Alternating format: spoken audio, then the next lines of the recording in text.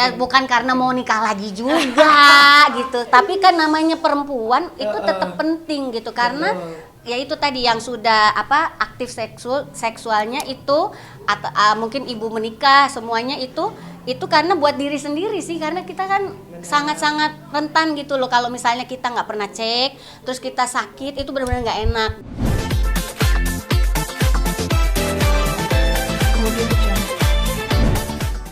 Ya, jadi saya ini kan ibu ya kan, kita udah pernah menikah, ya benar kita pernah menikah. Kita pernah menikah dan juga punya anak. Jadi seharusnya lebih concern sama kesehatan pribadi kita. Nah, makanya kenapa saya hari ini melakukan pap smear untuk mendeteksi lebih dini untuk kanker serviks ya dok ya.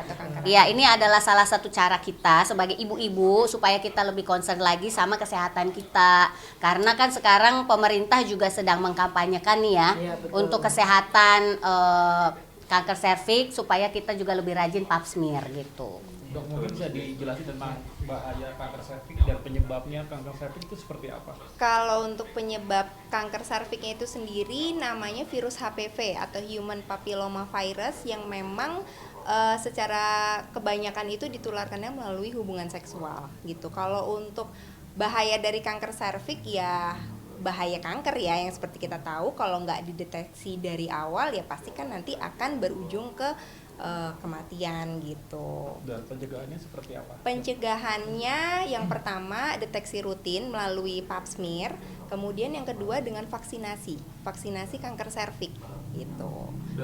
Gabriel sama Kanesa mungkin ini yang pertama kali atau sudah berapa kali ngapain? Ya, kalau kayak aku udah pernah Pap smear sebelumnya dan sudah pernah vaksin ya, divaksin. Cuman kan memang vaksin itu kan ada masa jangka waktunya ya dok ya, itu biasanya katanya kan sampai 20 tahun per 10 sampai 20 tahun sih. Jadi ini udah lewat dari 10 tahun, makanya aku juga harus diulang untuk vaksinnya sendiri. Tapi kalau pap smear itu memang kita sebagai wanita harus rutin ya, minimal 6 bulan sekali ya dok?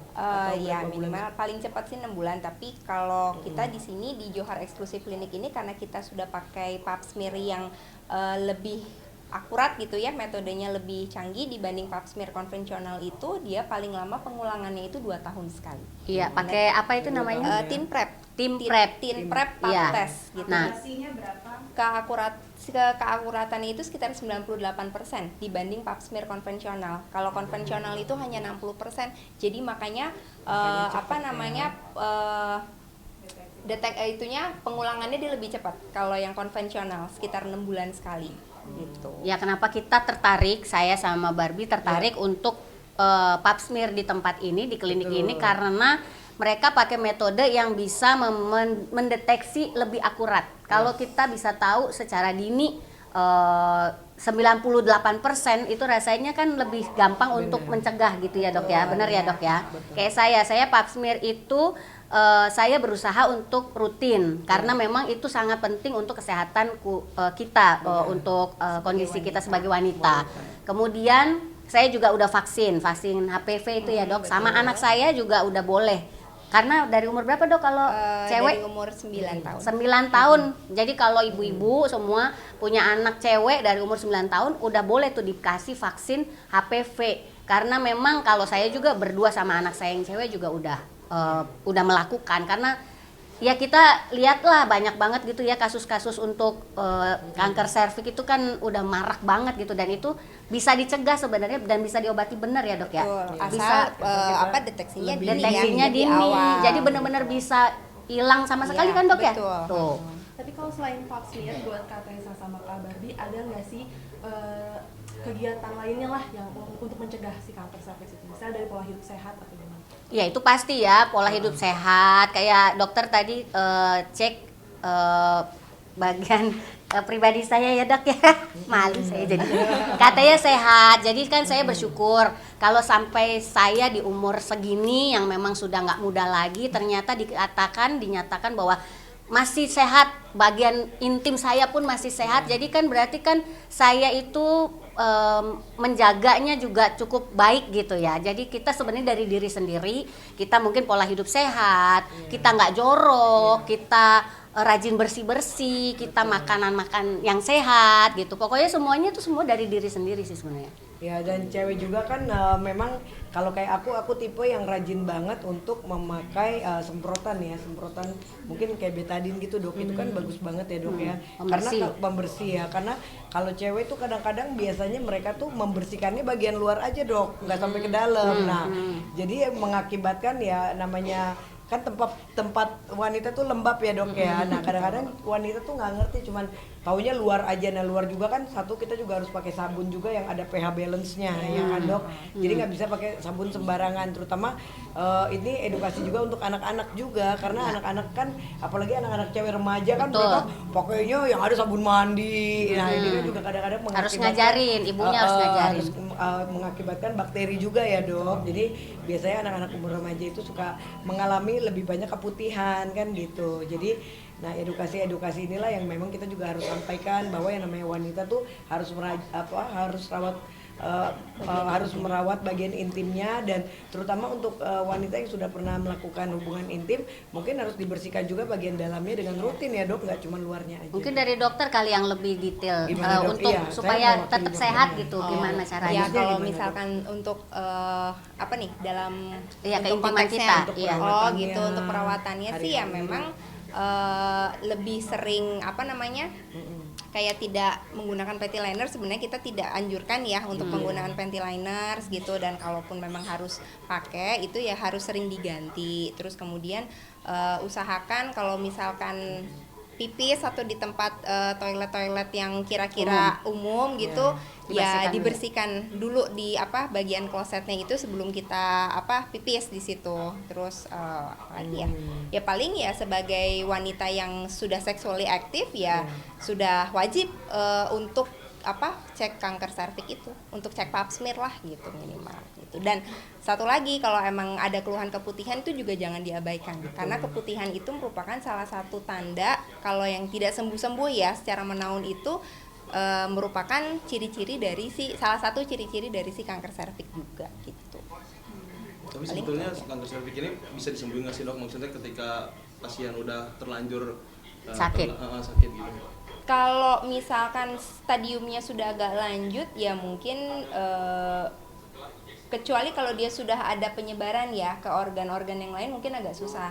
Tapi kalau misalkan dia masih stadium dini sih masih banyak yang masih bisa disembuhkan. Sembuh total bisa dok? Insya Allah bisa. Tuh, kalau sembuh total bisa, berarti untuk semuanya, terutama wanita, harusnya lebih rajin lagi untuk mengecek dengan salah satunya pap smear ya dok ya. Karena ternyata bisa benar-benar sembuh nih kalau benar-benar terdeteksi secara dini banget. Betul. Ya, benar dok. Iya. Di mana? Di Johar Clinic Center. Johar Eksklusif Klinik. Johar Eksklusif Klinik.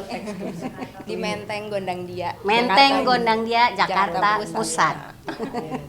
Reza dan Debbie, berarti begitu penting ya PFM ini sendiri ketika nanti kalian berdua mungkin akan sebelumnya akan menikah lagi, itu begitu penting ya? Oh iya benar. Ya bukan karena mau nikah lagi juga gitu, tapi kan namanya perempuan itu tetap penting gitu, karena ya itu tadi yang sudah aktif seksualnya itu atau mungkin ibu menikah, semuanya itu karena buat diri sendiri sih, karena kita kan sangat-sangat rentan gitu loh kalau misalnya kita nggak pernah cek terus kita sakit, itu benar-benar nggak enak. Dan kalau ibu sakit ya di dalam rumah itu pastilah langsung semuanya nggak enak gitu kan, karena kan ibu ini kan sebagai sumber untuk di rumah, maksudnya kita yang ngurus ngerawat anak-anak. Kalau kita sendiri sakit gimana caranya gitu. Jadi untuk diri sendiri aja lah, bukan karena kita misalnya ya kalau saya sendiri bukan tujuan utamanya karena mau menikah lagi, tapi kan itu juga penting gitu buat diri sendiri gitu. Tapi pernah punya pengalaman gak mengenakan gak sih dengan masa wanita seperti itu? Pernah, saya pernah waktu itu sebulan saya haid 2 kali. Nah itu sampai saya cek, ternyata itu masih normal kata dokter ya, mungkin karena stres, karena pikiran. Tapi ternyata itu ya kan kita pasti aneh kan gitu, kok dalam 1 bulan saya bisa kena dapat haidnya 2 kali gitu. Nah itu ternyata ada dari pikiran juga gitu. selain itu sih nggak ada lagi. Nggak tahu kalau Barbie.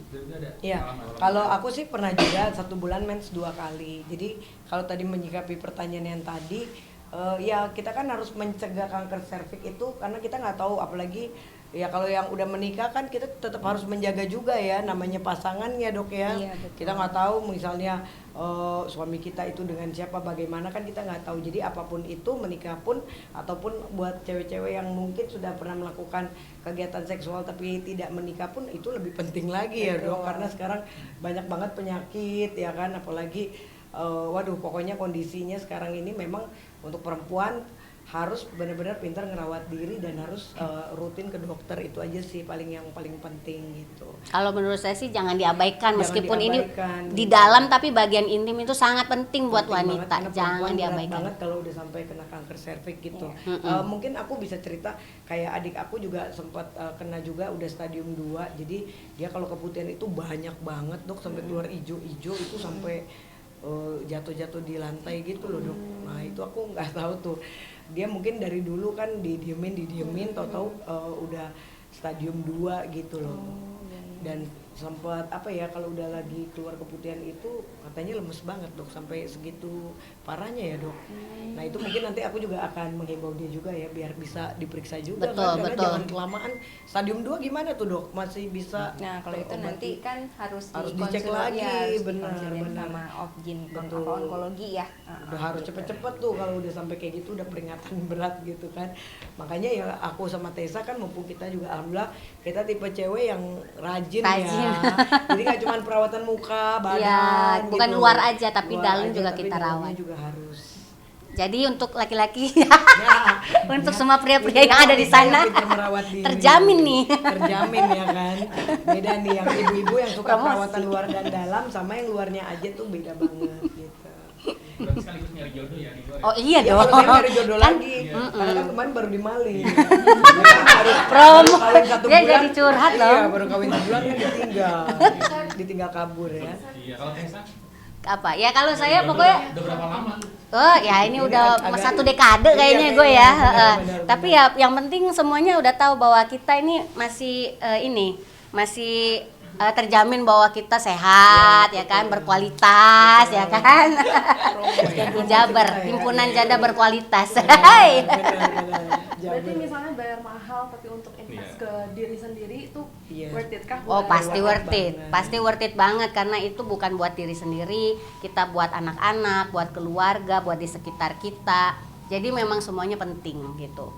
Ya. Nggak usah ngerasa rugi bahwa oh ya memang sih harga lumayan lah ya dok ya. Iya. Tapi itu kan kepentingan untuk diri sendiri juga gitu. Kalau di sini sih nggak terlalu mahal Nggak ya, orang terlalu mahal, malah 2 lebih tahun murah sekali, tadi ya. iya, Lebih 2 tahun murah sekali di bisa sini. ceknya malah. Betul. Dan akurasinya sangat mendekati sempurna. 98%. Bu Devi gimana pendapatnya? Iya, karena menurut aku, apalagi aku miss perawatan banget ya. Jadi nggak cuma luar dan dalam aja, emang total semuanya. Apa aja kalau bisa yang dirawat, ya nggak bisa dirawat aja harus bisa dirawat gitu. Apalagi bagian intim dalam itu penting, karena cewek itu jujur aja kalau kita jorok sedikit, misalnya kita buang air kecil, tapi misalnya basah gitu, lembab, itu juga kan nggak enak banget. Jadi aku benar-benar harus tetap kering, harus tetap bersih, dan nggak sembarangan memilih sabun untuk cuci. Betul. Dan memang harus disemprot sih, minimal sehari sekali tuh pasti harus ada disemprot gitu. Jadi bagian dalamnya nggak cuma luarnya aja, itu pun beda banget rasanya gitu. Jadi karena cewek kan rentan keputihan, rentan yang lembab. Nah ini yang harus penting, aku paling nggak bisa tuh. Jadi aku emang tipe cewek yang bersih banget gitu, nggak yang cuman sekilas info. Soalnya cewek tuh suka kadang yang penting bersih aja, nggak ngerti bersih maknanya tuh seperti apa. Karena sedikit kita misalnya lembab dikit, cewek mungkin ada bau nggak enak apa, itu kan penting banget gitu. Nah cewek kadang-kadang suka nggak ngerti, jangan sampai kan nanti akhirnya jadi kena penyakit. Itu aja sih. Oke. Terima kasih. Terima kasih.